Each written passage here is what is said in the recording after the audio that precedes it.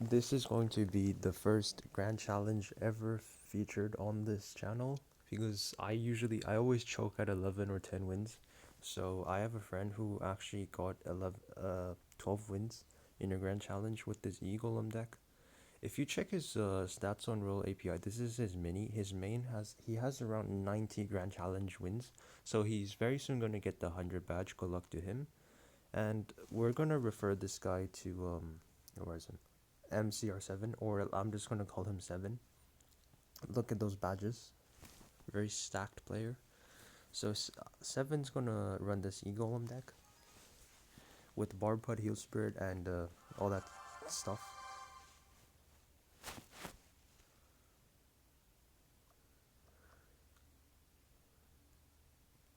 I noticed that this guy doesn't Barbud first play. He always likes to wait for the opponent to make the first play, and then he Barbs depending on that play. Because if he Barbs low, the opponent can go Hog or Ram Rider opposite lane and it will bypass. If he drops a high, then a Musketeer or Dark Goblin or Princess can snipe it. So he barbs out opposite lane to the Inferno Dragon. Obviously, like if he barbs the same lane, the Inferno Dragon's just gonna eat up everything. And Bowler is a really bad matchup because the Bowler just destroys the Barbarians from the barb hut.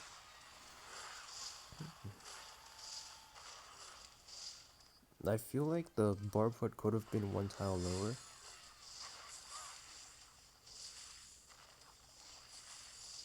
Yeah, this is already looking pretty bad. Like they're equal in elixir, but Connor already has a lot of troops on the field, and this is the tower taking push. Freezes everything, freezes. Battle healer also dies, which is very unfortunate.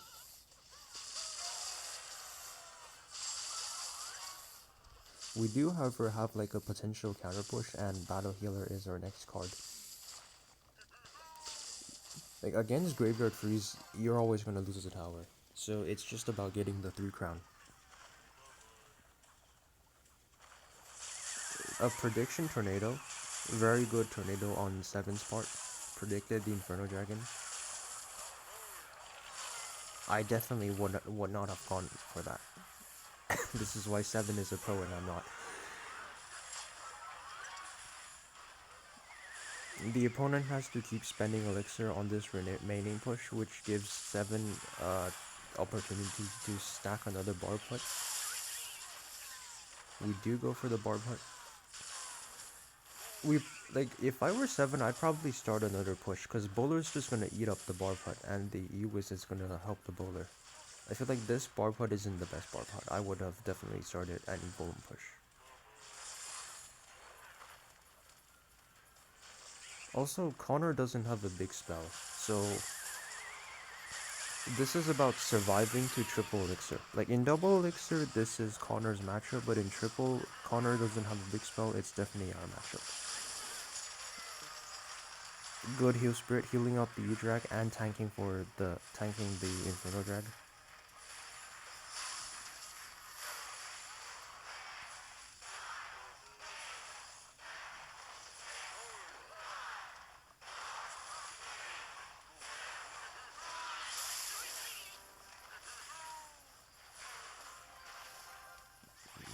And this is looking like a big push.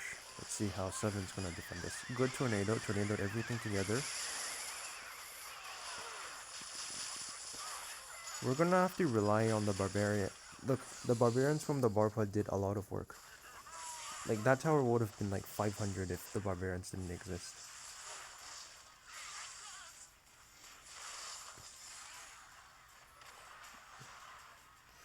Notice how 7 puts the bar pot on the right against freeze, so he can't freeze everything.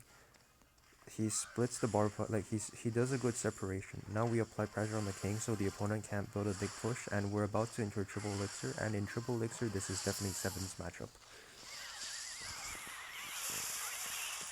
Tornado did fail, but still triple elixir, it's still our matchup. We can even cycle 2 barbarian barrels on 1 graveyard, that's even possible.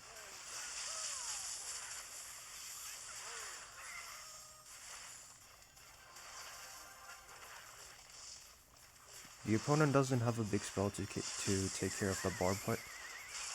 Bowler does splash, but still, like, we're just gonna build an unstoppable push. The barbarian, the barbs get so much value, just because Connor doesn't have a big spell. We go for the 3 crown here. This is gonna be very close.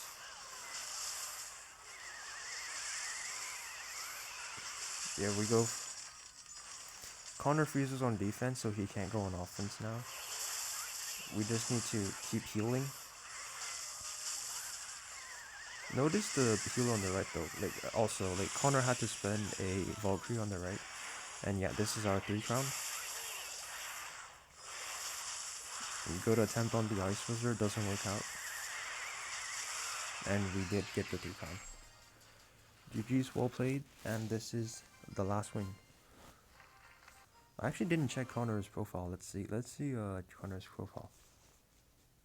Ooh, 20 win, 10 GC badge.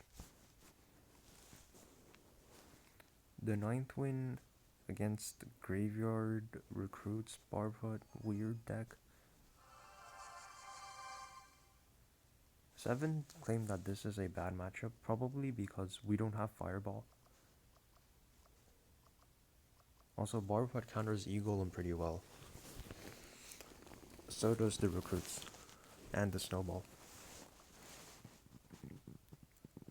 No, like, look, 7 never Barfoot first play, because you can get punished really hard for that.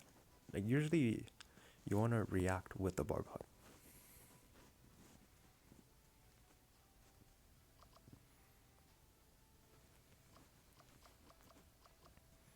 Let's just, yeah, they waited this until double elixir, I believe, so let's just skip this part.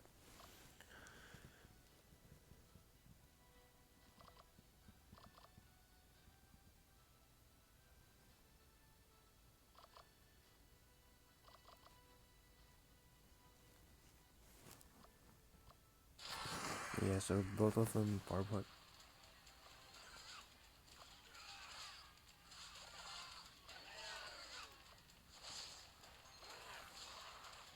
We do have the baby dragon though. We do have the baby dragon and the electro dragon, which are splash troops. So that is our advantage.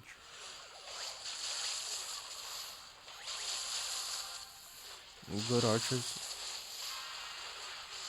Yeah, the archers do kill the E-Drac, so we can't Egolem in front of that.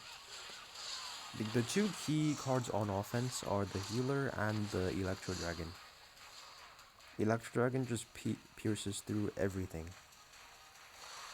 and the healer heals up everything, so like nothing can die. This is why this deck is so strong. Super, like, how is Egolem dominating the meta? It just doesn't make sense. Not sure, that Egolem was pretty sus. Like, that Egolem on defense, I'm not sure that was the best Egolem. Or maybe it was, since I'm not the best. I don't know Egolem. And 7 is way better than me. We do take some damage on the left. No big deal.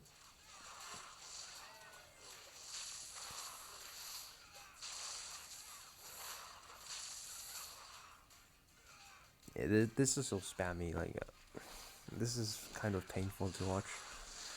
And there's so much going on in the board. This is definitely a bad graveyard. Like, it didn't even have a tank. It was a no tank graveyard, and we had an E-Drag, a baby dragon, and a healer. And I believe this is the winning push for us, just because of that bad graveyard. Also, this in triple, like, this deck is just so strong. If your opponent doesn't have a big spell, this is a guaranteed win in triple. He has nothing for the Electro Dragons. The healer's just gonna heal up everything to full health. And yeah, this deck is stupidly overpowered. And the last replay, 7 said that this is a really bad matchup. Like, he called this 100-0, because we don't have Fireball for the 3 Musketeers, and they have 3M, Hunter, Fireball, and Heal Spirit, which are all pretty good counters.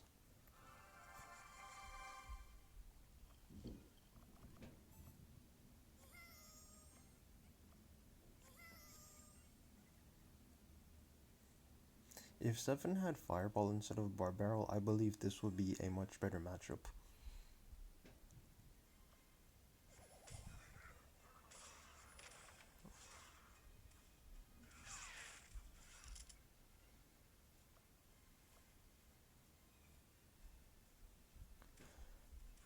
In my opinion, Three Musketeers is a pretty dead card, but if your opponent doesn't have a big spell, they can still be pretty strong. Like, because this is a Fireball meta, so 3M isn't that popular. Also, the Musketeer nerf.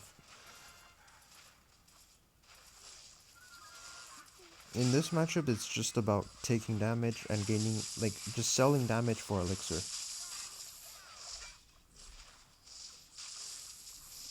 Like, we sold a lot of tower damage in to get this Elixir advantage. Basically, sack and attack. Good heal spirit, waiting for the opponent to use the bar barrel.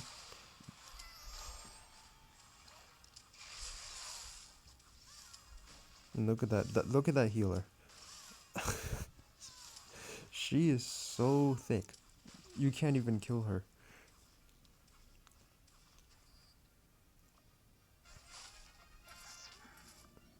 Alright, Seven said this is a really bad push.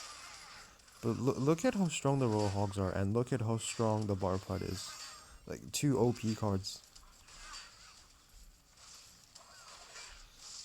If the Heal Spirit had healed up the Dark Prince, 7 definitely would have lost.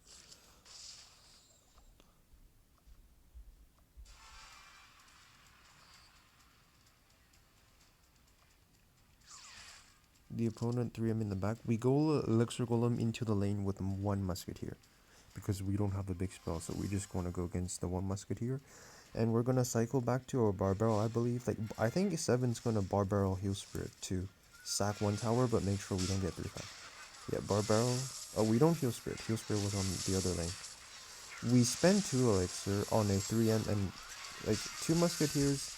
That's 6 Elixir, and Dark Prince 10 Elixir. We spent 2 Elixir on 10 Elixir for a big push on the left. And yeah, this is basically GG. That 3M split in the back was probably the losing move.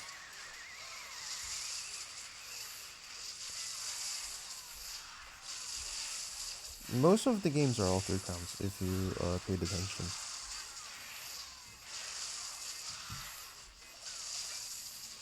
Yeah, bad fireball, and this is basically GG. So yeah, with this deck, don't bar put first play unless you know what your opponent's running. Like, if you know your opponent has Hog Rider, then bar put in the spot where it will pull hogs. You want to use it reactively, and then you want to survive single elixir or double elixir, and you want to wait for triple elixir, especially against the no spell decks. Like, these matchups where your opponent doesn't have a big spell, or he does have poison, but poison's pretty bad. Like, if your opponent has fireball, you want to wait for triple and then overwhelm them. So yeah, this is basically it. Also, fun fact, 7 was 11 and 0, and then he lost 2 in a row and then won the third one. So I was about to title this video 12 and 0, and then I saw 7 lost twice on those, and I was kind of disappointed. But yeah, well played to 7, and see you guys next time.